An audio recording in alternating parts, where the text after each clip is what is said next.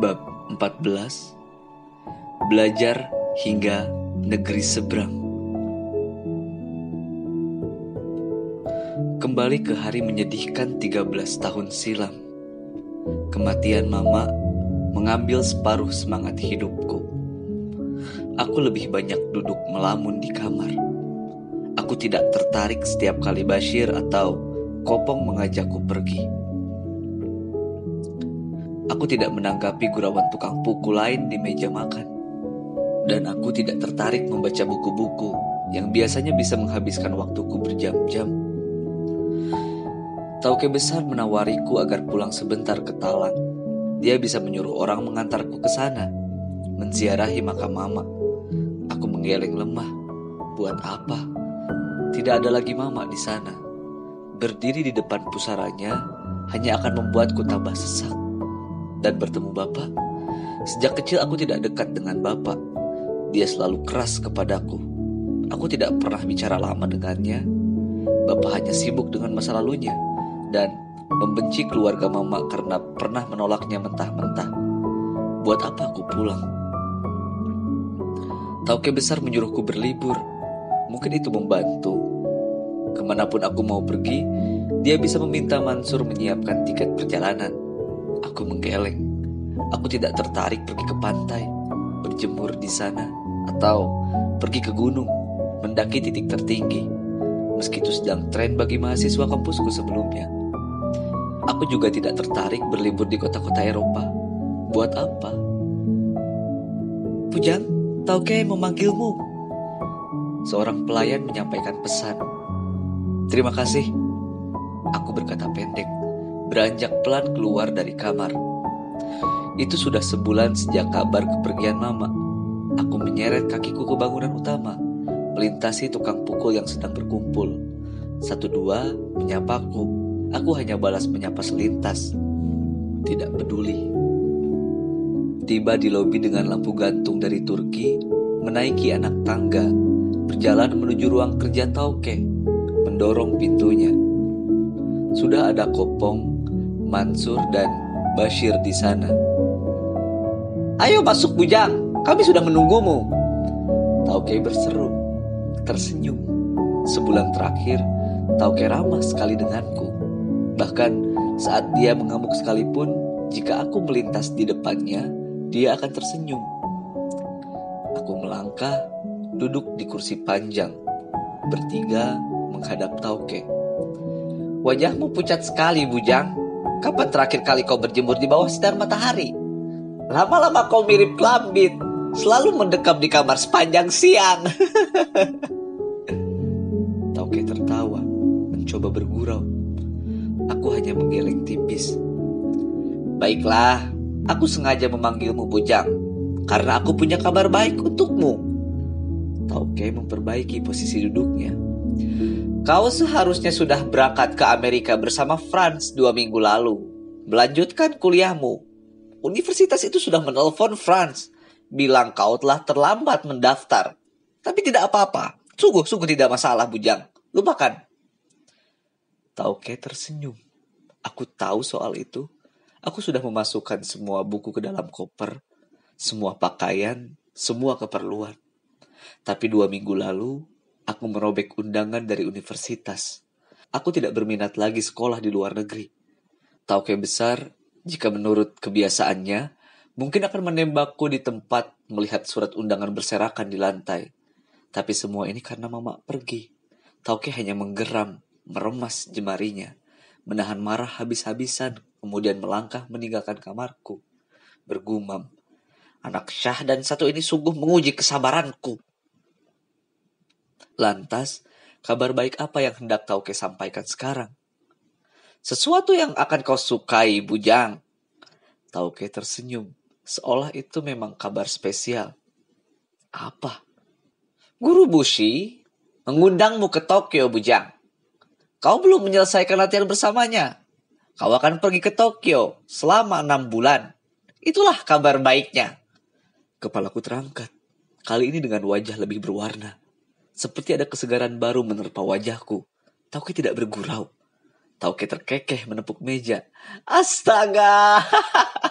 Tentu saja aku serius, Bujang. Kau akan ke Jepang, belajar dengan guru Bushi. Kau tidak mau. Itu sungguh kabar spesial. Aku mengusap wajah. Tentu saja aku mau. Tapi kita punya sedikit perjanjian, Bujang. Hanya sedikit. Sedikit sekali. Tauke buru-buru kembali serius. Setelah 6 bulan di sana, jika suasana hati kau membaik, maka berangkatlah ke Amerika bersama Franz. Universitas menelepon. Mengerti situasi yang kau hadapi. Mereka bersedia memberikan kau tenggat waktu 1 semester untuk menyusul. Kau bisa ikut kelas musim dingin. Kau pasti bisa mengejar ketinggalan. Ruangan kerja itu lengang sebentar. Bagaimana, Bujang? Kau bisa sepakat dengan syaratnya? Aku akhirnya mengangguk. Bagus sekali, Bujang. Tauke besar tertawa. Beres sudah, Kopong. Ini brilian sekali. Dia menyetujui usulmu.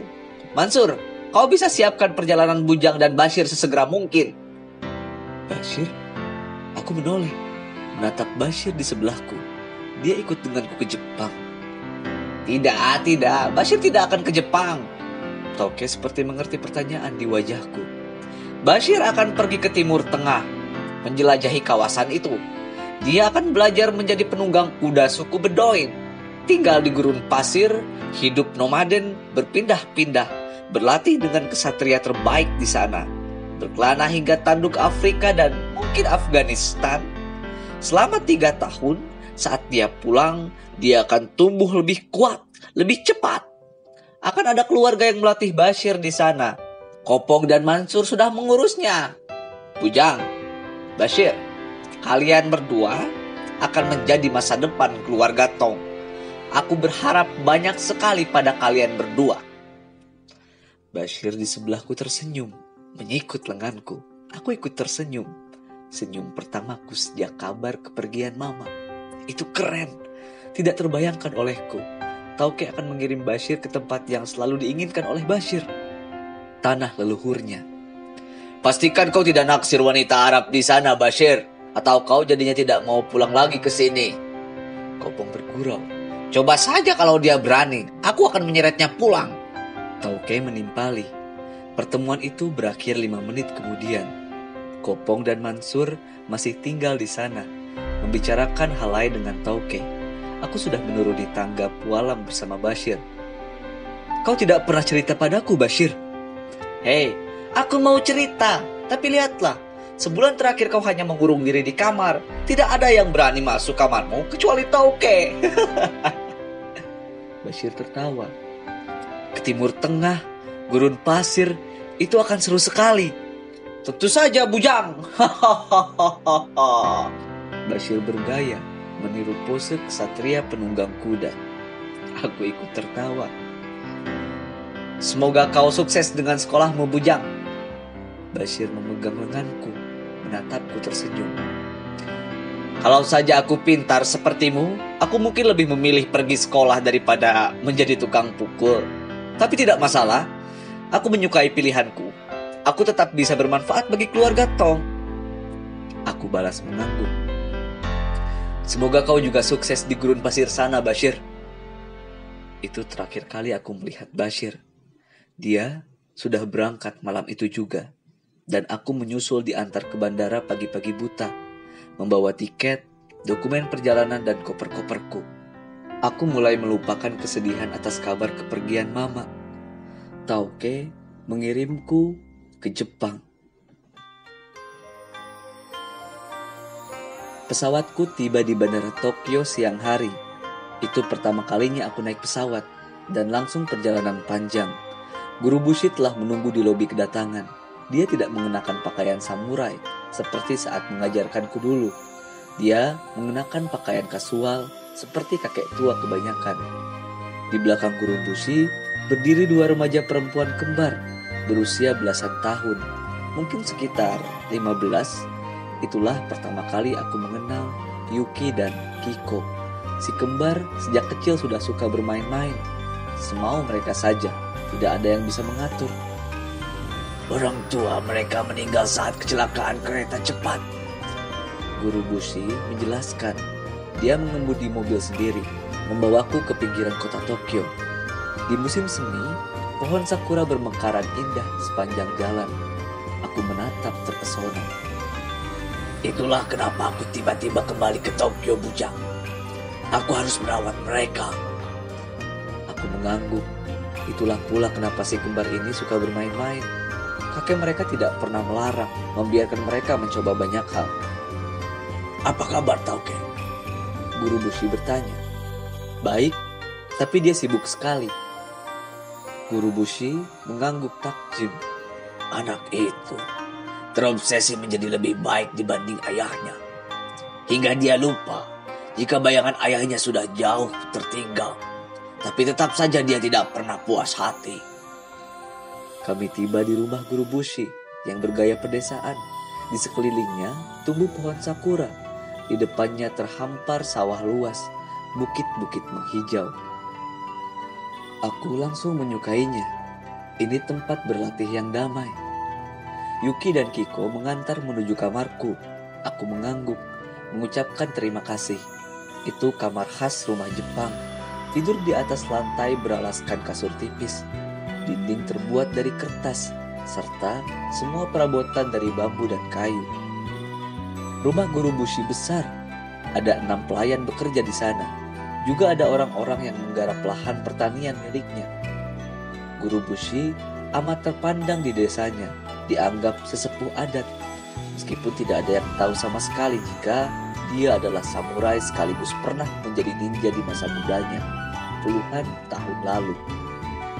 Orang-orang membungkuk memberi hormat setiap kali Guru Bushi melintas. Dan itu berarti juga membungkuk kepadaku. Aku mulai beradaptasi dengan lingkungan sekitar. Diajak Guru Bushi dalam pertemuan dan acara-acara setempat. Sesekali dia mengajakku melakukan perjalanan jauh, menumpang kereta cepat, mengunjungi kuil-kuil, pedesaan permai. Bahkan dia pernah mengajakku mendaki lereng Gunung Fuji. Tiba di sebuah perkampungan tradisional, orang-orang dengan pakaian tradisional. Entahlah, 1 bulan di sana, tidak sekalipun Guru Bushi mengajakku berlatih. Dia hanya mengajakku melihat banyak tempat, mengajariku berbahasa Jepang, menulis huruf Jepang, belajar kaligrafi berjam-jam. Tidak sekalipun aku memegang katana atau shuriken. Aku belum protes karena sejauh ini masih menyenangkan. Tapi setelah 1 bulan lagi berlalu, aku memutuskan bertanya. Aku datang untuk melanjutkan latihan, bukan liburan menghilangkan kesedihan. Guru Bushi tertawa pelan. Aku justru sedang melatihmu, bujang. Kami duduk di ruang depan, duduk bersila di lantai, berhadapan, menggunakan pakaian tradisional.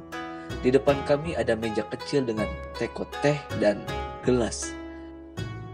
Melatihku? Di mananya aku sedang berlatih? Samurai tidak hanya tentang perkelahian, bujang. Bukan sekedar teknik membela diri. Teknik menyerang. Samurai adalah cara hidup, prinsip-prinsip, kehormatan. Aku mengajakmu berkeliling ke banyak tempat agar kau bisa berkenalan dengan hal tersebut, merasakan, menyentuhnya. Aku terdiam. Bukankah kau ingin menjadi seorang samurai sejati? Nah, itu harus diawali dengan fondasi filosofi yang kokoh. Kau tidak akan pernah memahami sebuah katana tanpa mengerti sejarah panjang pedang diciptakan. Itu bukan sekedar alat untuk membunuh, tapi juga simbol rasa sabar, pengendalian diri. Aku tidak paham, menggeleng. Tapi baiklah, karena kau sudah memintanya, kita bisa berlatih sekarang. Guru Bushi tersenyum, berdiri, beranjak ke dinding ruangan, mengambil 2 katana, melemparkan salah satunya. Yang membuatku menelan ludah bukan karena mendadak sekali kami menjadi berlatih, melainkan ternyata Guru Bushi juga mengambil sehelai kain. Dia menutup matanya. Kemudian dengan mata sempurna tidak bisa melihat, dia menggerakkan kaki, memasang kuda-kuda. Serang aku, bujang. Jangan ragu-ragu, tanpa ampun. Tapi pastikan kau tidak membuat berantakan. Jangan menumpahkan teh walau setetes. Aku memegang katana erat-erat. Kami persis berhadap-hadapan di ruangan tengah yang tidak terlalu luas, dengan 2 meja untuk acara minum teh, perabotan, dan sebagainya. Bagaimana aku bisa bergerak tanpa membuat barang-barang berantakan? Dan bagaimana Guru Bushi akan melakukannya? Matanya ditutup kain. Ayo bujang, bukankah kau jauh-jauh datang ke sini karena ingin berlatih? Serang aku sekarang. Aku menggigit bibir. Katanaku bergerak. Latihanku telah resmi dimulai. Di belakangku, di balik daun pintu, Yuki dan Kiko mengintip dengan wajah semangat. Mereka selalu antusias setiap kali melihat kakeknya mengajariku berlatih pedang. 6 bulan aku di rumah Guru Bushi. Tidak sekalipun aku bisa menang melawannya.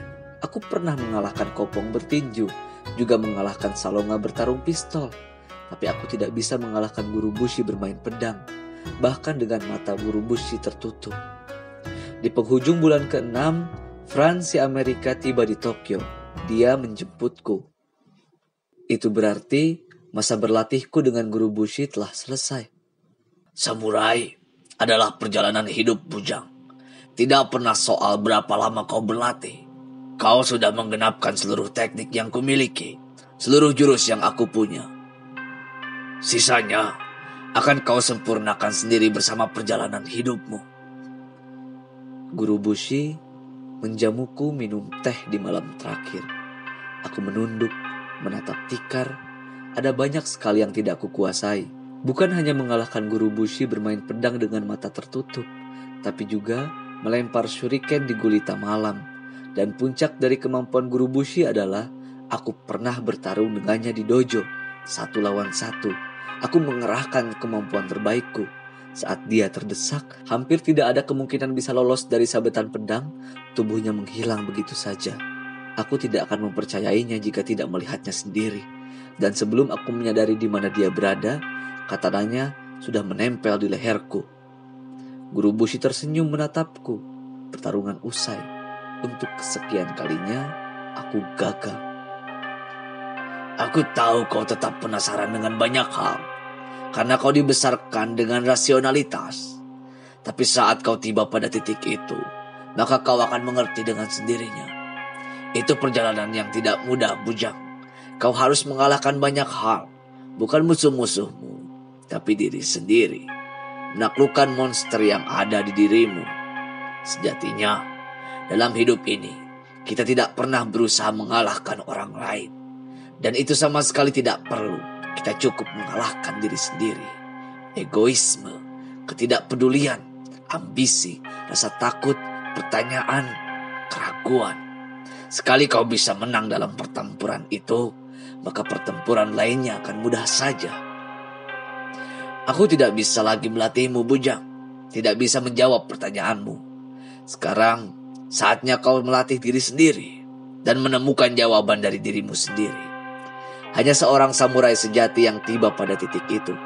Ketika kau seolah bisa keluar dari tubuh sendiri, berdiri, menatap refleksi dirimu seperti sedang menatap cermin.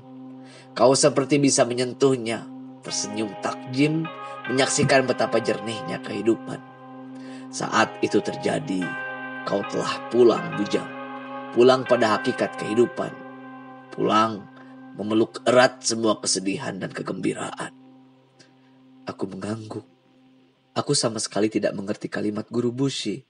Tapi, aku bisa merasakan betapa hikmatnya acara jamuan minum teh itu. Seperti berada kembali di abad-abad sebelumnya. Esok pagi, Guru Bushi mengantarku dan Franz ke bandara. Yuki dan Kiko ikut serta. Si kembar asyik bermain di jok paling belakang. Mengajakku tebak-tebakan, melemparkan tepung ke kepala jika aku gagal menjawabnya. Si kembar selalu bermain-main. Bertahun-tahun berlalu, Guru Bushi meninggal. Aku sempat melayat ke Tokyo. Bertahun-tahun kemudian, aku juga bertemu lagi Yuki dan Kiko.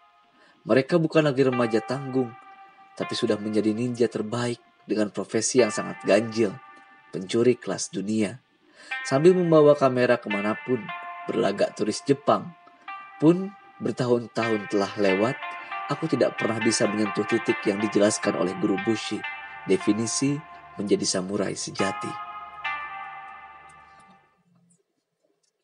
Sebelum kematian Mama, Fransi Amerika telah mendaftarkanku ke program studi master ekonomi di salah satu kampus ternama Massachusetts. Setiba di kota itu, menatap hamparan salju di setiap jengkal kampus, semangat sekolahku kembali seperti dulu. Duduk di ruangan kelas yang hangat, bertemu dengan banyak orang dari berbagai negara, berdiskusi seru tentang dosen, atmosfer akademis begitu terasa. Aku siap mengejar semua ketinggalan. 1 semester kemudian, tidak hanya 1, aku mengambil master kedua, kuliah secara paralel. Kali ini di bidang matematika terapan. Aku punya banyak waktu, tidak ada pekerjaan tukang pukul, tidak ada toke besar yang tiba-tiba memanggilku ke ruang kerjanya. Aku bisa menghabiskan seluruh hari untuk belajar. Setiap waktu senggang bisa kumanfaatkan, termasuk mengambil short course yang kusukai. Itu tahun-tahun yang berjalan cepat. Franz hanya menemaniku 2 minggu. Setelah memastikan aku baik-baik saja, dia kembali ke ibu kota. Toke punya pekerjaan lain untuknya. Selain sekolah, aku tetap berlatih secara mandiri dengan jadwal rutin. Apartemen yang disewa Mansur untukku luas. Aku mengubah salah satu ruangannya sebagai tempat berlatih pedang, memikirkan kalimat-kalimat guru Bushi, mengulang kembali teknik yang dia ajarkan. Tapi aku tetap tidak mengerti. Entah bagaimana sensasi saat kita seolah bisa keluar dari tubuh, menatap diri sendiri, seperti melihat cermin.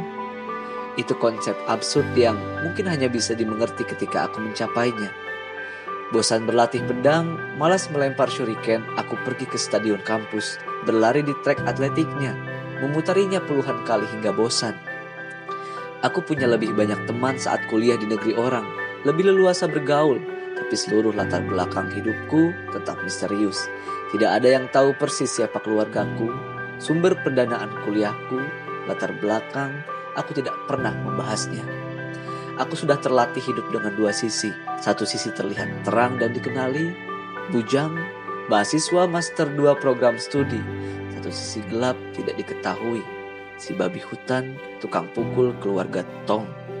Aku menyukai 2 sisi itu. Menikmati transisi saat menjadi sosok terbuka, ramah, bersahabat dengan orang banyak, untuk kemudian berdiri di bawah bayangan, menatap sekitar, tanpa mereka tahu aku sedang memperhatikan banyak hal. Hanya sesekali 2 hal itu tercampur, kadang kulakukan karena terpaksa, misalnya saat ospek di Universitas Ibu Kota. Kadang karena aku tidak tahan untuk tidak melakukannya. Salah satunya adalah ketika atlet terkenal, pemenang medali olimpiade, pemegang rekor lari cepat dunia, mengunjungi kampusku untuk memberikan kuliah umum. Itu hal lazim. Ada banyak pesohor yang memberikan ceramah di sini, mulai dari pekerja seni terkenal, atlet, pengusaha, aktivis sosial hingga presiden. Atlet itu bicara di depan ratusan mahasiswa tentang kerja keras, latihan, dan semua prestasi yang dia peroleh. Tiba di akhir sesi, dia bergurau menantang seluruh aula kampus. Siapa yang berani mengajaknya lomba lari, jika menang, dia akan memberikan $10. Seluruh aula dipenuhi oleh tawa. Itu hanya lelucon penutup. Tidak ada yang serius menanggapi. Aku seharusnya juga cukup tertawa, melupakannya. Tapi aku teringat kalimat Kopong saat dia memaksaku berlatih lari melewati 2 titik api unggun di kota provinsi. Aku melangkah cepat meninggalkan aula, mencegat atlet itu di lorong sebelum naik mobil. Saat dia masih dikerumuni mahasiswa lain untuk meminta tanda tangan, berfoto, dan sebagainya. Aku menantang lomba lari. Aku berkata datar. Atlet itu terdiam, kemudian tertawa. Hey, itu hanya bergurau, dude. Itu bukan tawaran serius. Aku menatap atlet yang tingginya sejengkal di atas kepalaku itu. Aku serius. Aku bisa mengalahkanmu lari 100 meter. Bagaimana kau akan mengalahkanku, dude? Ayolah. Atlet itu kembali tertawa, menunjukku seolah ingin bilang, tidak ada kesempatan sama sekali aku akan menang. Coba saja di stadion kampus, kau akan melihatnya. Kita harus segera pergi. Jadwal berikutnya telah menunggu. Interview dengan majalah olahraga. Manajer atlet itu berbisik, memotong. Beberapa mahasiswa lain memotong percakapan. Gerakan mereka meminta tanda tangan atau foto terhenti. Sorry dude, Aku tidak punya waktu melayanimu. Atlet itu melangkah.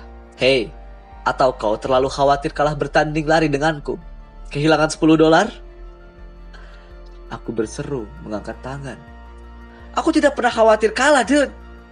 Atlet itu mengangkat bahunya, sedikit tersinggung.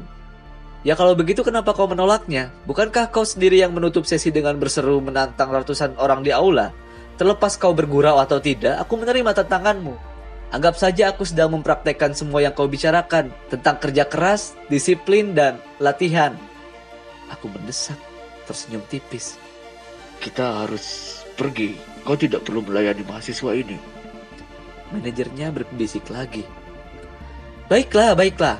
Kau tentukan tempat dan waktunya, aku akan bertanding lari denganmu. Atlet itu mengambil keputusan berbeda. Aku telah berhasil mencungkil egonya. Manajer di sebelahnya bergumam tidak suka. Beberapa mahasiswa di sekitar kami berseru dan bertepuk tangan antusias. Malamnya, pukul 7 di stadion kampus, disaksikan beberapa orang, aku bertanding lari dengan pemegang rekor dunia itu. Dia datang bersama manajernya, melakukan pemanasan 5 menit, mengganti sepatu. Aku sudah hadir setengah jam sebelumnya. Aku sudah siap. Manajernya memberikan syarat. Seluruh yang hadir tidak boleh mengambil gambar, video, pun menceritakan kejadian itu kepada siapapun. Atau pertandingan dibatalkan. Aku menyetujuinya, juga penonton. Hanya dengan aba-aba suara dari penonton, tanpa letusan pistol, malam itu aku mengalahkannya di 3 kali kesempatan. Kesempatan pertama, dia tertinggal 1 meter di belakangku. Wajahnya berubah, juga wajah manajernya. Itu hanya kebetulan, dude. Aku terlalu menganggap pertandingan ini main-main. 1 kali lagi. Atlet itu melemaskan tubuhnya. Kali ini lebih serius. Belasan penonton yang ada di sekitar kami menonton lebih semangat, bersorak menyemangati. Atmosfer kompetisi mulai terasa pekat di langit-langit stadion. Kesempatan kedua, kami nyaris finish bersamaan. Tapi aku lebih dulu beberapa senti. Wajah atlet itu merah padam. Juga manajernya terlihat gelisah. Dia jelas tidak suka dengan pertandingan amatir seperti ini. Apalagi dengan hasilnya. 1 kali lagi, dude.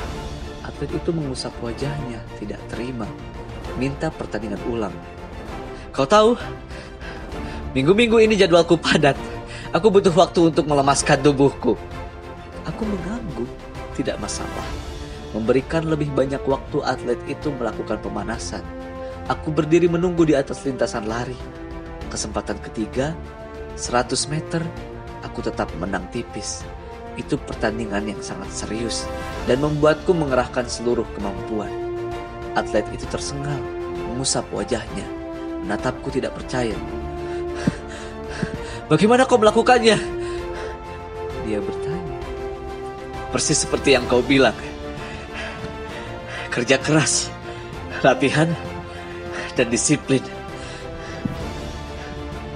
Atlet itu mengusap wajahnya, tidak bisa berkomentar lagi. Kita harus pergi sekarang. Manajer atlet mendekat, membereskan perlengkapan atlet, berbisik. Jangan terlalu dipikirkan kau hanya kelelahan. Ini bukan catatan waktu terbaikmu. Kau bisa dengan mudah mengalahkannya di pertandingan resmi. Hei, kau berhutang $10. Aku berseru saat atlet itu melangkah meninggalkanku. Manajer atlet bergumam, balik kanan, bergegas mengeluarkan dompet, menyerahkan uang kepadaku dengan kasar, menatapku jengkel. Terima kasih. Aku tersenyum. Tidak banyak yang tahu kejadian malam itu. Tapi aku tahu, atlet itu tidak akan pernah melupakannya. Dia kalah dalam pertandingan amatir.